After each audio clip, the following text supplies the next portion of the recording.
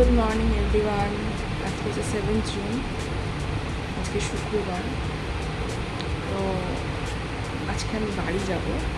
আসলে অনেকদিন ধরে বাবা মা জিজ্ঞেস করছে কবে আসবি কবে আসবি। তো যাওয়ার তো প্ল্যান ছিল না এর মধ্যে, বাট মা বাবা ওরকম বলছে, তাই একবার ঘুরে আসি দুদিনের জন্য। তো আজকে যাব। সকাল সকাল উঠে স্নান টান করবো, এবার রেডি সেডি হয়ে বেরোবো। তো আমি রেডি হয়ে গেছি বাড়ি যাবো বলে, এবার বেরোবো। তো আমি এখানে রেডি হয়ে বাসে চেপে গিয়েছি হাওড়া যাব বলে। আর এটা রাস্তার কিছু ভিডিও, কিছু ক্লিপস নিয়েছিলাম। তো যাই হোক, বাড়ি যাওয়া যাক। আমি অ্যাকচুয়ালি আমার বাড়ি আসানসোল, তো আমি ভেবেছিলাম যে আমি শক্তিপুঞ্জ ধরবো 1:10, বাট সাডেনলি প্ল্যান চেঞ্জ করলাম যে না, 1টার উপাসনাটা ধরবো, আধ ঘন্টা আগে পৌঁছাবো তার জন্য। তো যাই হোক, উপাসনাটাই ধরা যাক। তো চলো।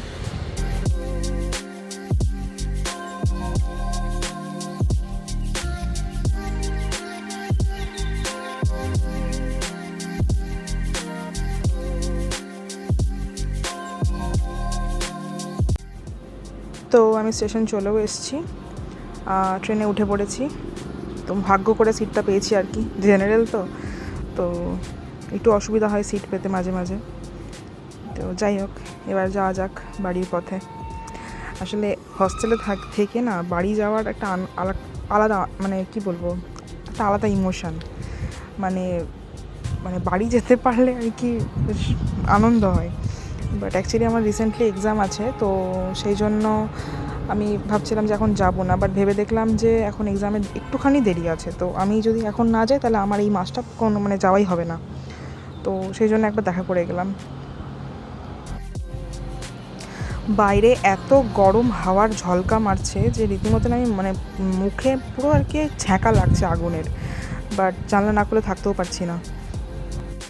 আর এখানে আমি বারবার ওয়েট করছি যে আর কতক্ষণ আসানসোল যেতে। তো বারবার ওয়্যার ইজ মাই ট্রেন খুলে খুলে দেখছি কোথায় আছে কোথায় আছে, আর কত দূর, আর কতক্ষণ লাগবে। তো একটা আলাদা ইমোশন আর কি বাড়ি যাওয়ার ব্যাপারটা।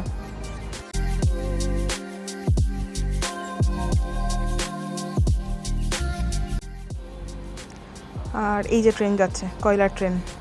আসানসোল অ্যাকচুয়ালি কোল বেসড এরিয়া, তো ওই যে কয়লা ট্রান্সফার হচ্ছে।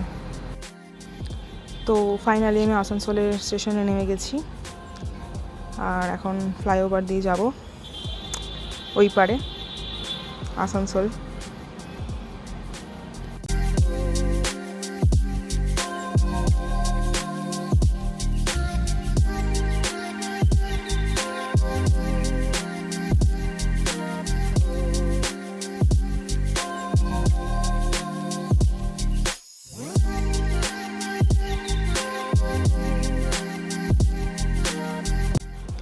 স্টেশন থেকে নেমে আমার বাড়ি 10 মিনিটও লাগে না।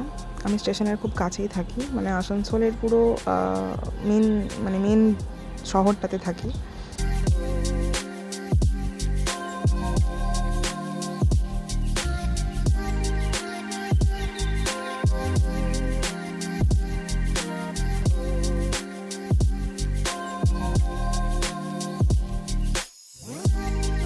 তো আমি অটো থেকে নেমেও গেছি, আর আমার বাড়ি খুবই সামনে, এখান থেকে এই রোডটা ক্রস করলেই আমার বাড়ি।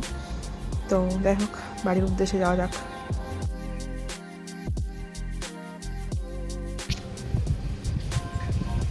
তো আমি এখন বাড়িতে আছি, আর বেরোবো মায়ের সাথে বাজারে টুকটাক কিছু কিনতে। তো বাড়ি আসতে না আসতেই মা বললো যে একটু রেস্ট নেই, দেন একটু বাজার যাব, কিছু কেনার আছে। তো সেটাই করলাম, একটু রেস্ট নিয়ে বাজারের জন্য বেরিয়ে গেছি।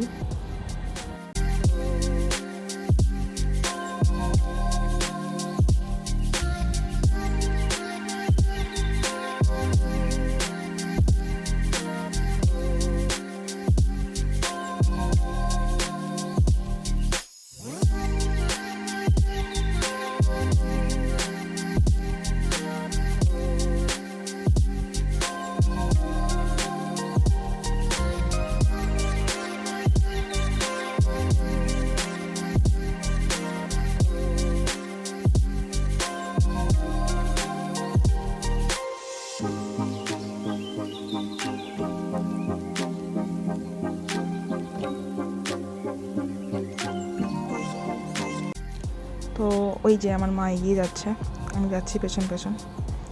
এবার থলিটা খুবই ভারী হয়েছে, তো একবার করে আমি ধরছি, একবার করে মা ধরছিল। আর এখানে মা বানাতে বসেছে ব্রেড রোল। তো তার জন্য বিট গাজর সব একদম ছুলে নিয়ে আমাকে বলছে এটা দিয়েছে, এটা যেন বলে এই ছুলে দিতে বলছে।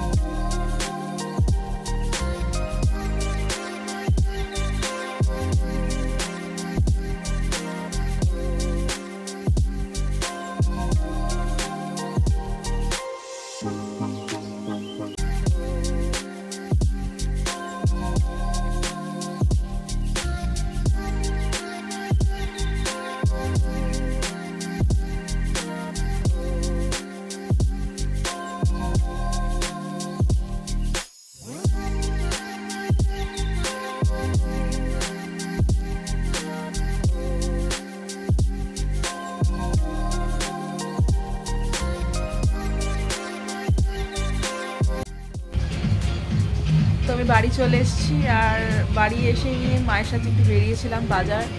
মায়ের কিছু টুকটাক কেনার ছিল, সবজি, ফল, আরও অনেক কিছু কেনার ছিল।